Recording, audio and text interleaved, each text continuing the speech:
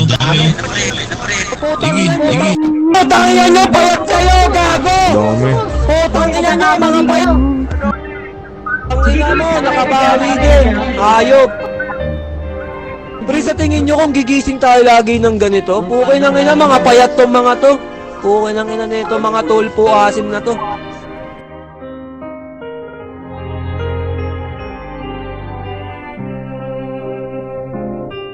Maghanda tayo ng tissue para sa nag-iiyakan. Mga saksaw sa issue kahit di pinangalanan. Kayo ba nasa litrato? Bobo, di ba hindi? Kung mag-iyakan kayo para kayo Hapones sa kinakangti.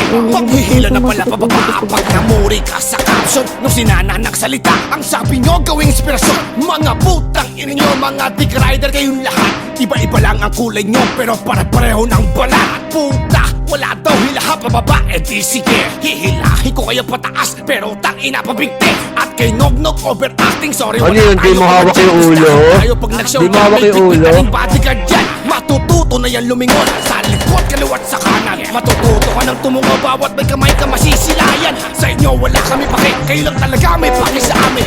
Wala kami sinabi kamukha mo yun, pero para mo na rin inamin. Sige, iyak, iyak pa, ina nyo, sige, iyak.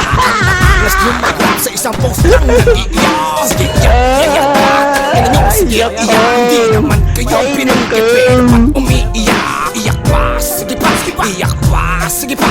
Ang mga iyakan ng hip-hop, nag-iiyakan na. Sige, iyak, iyak, ina mo, iyak ka ng iyak. Ang bababaw niyong tanga, sige, magsiiyak. At ikaw po'y nana, nawa ka ng nawa. Bad boy sa loob ng bahay, sa labas dinataga. Nung akala mong nila ay sinognog, di ba nag-react ka? Pero nung dinis na siya ni Six, bakit tahimik ka?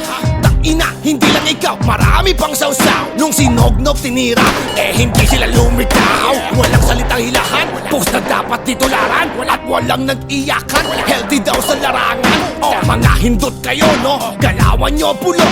Gising ang diwa nyo pero ang utak nyo tulog. Kung sino pa yung walang binanggit, doon kayo galit. Nung literal siyang nilain para kayong nawalan ng internet. Kasi ang katotohanan, matagal na kayong galit sa amin. Nakakita lang kayo na butas para malabas ng saloobin. Kahit di nyo naman sabihin, matagal na namin yung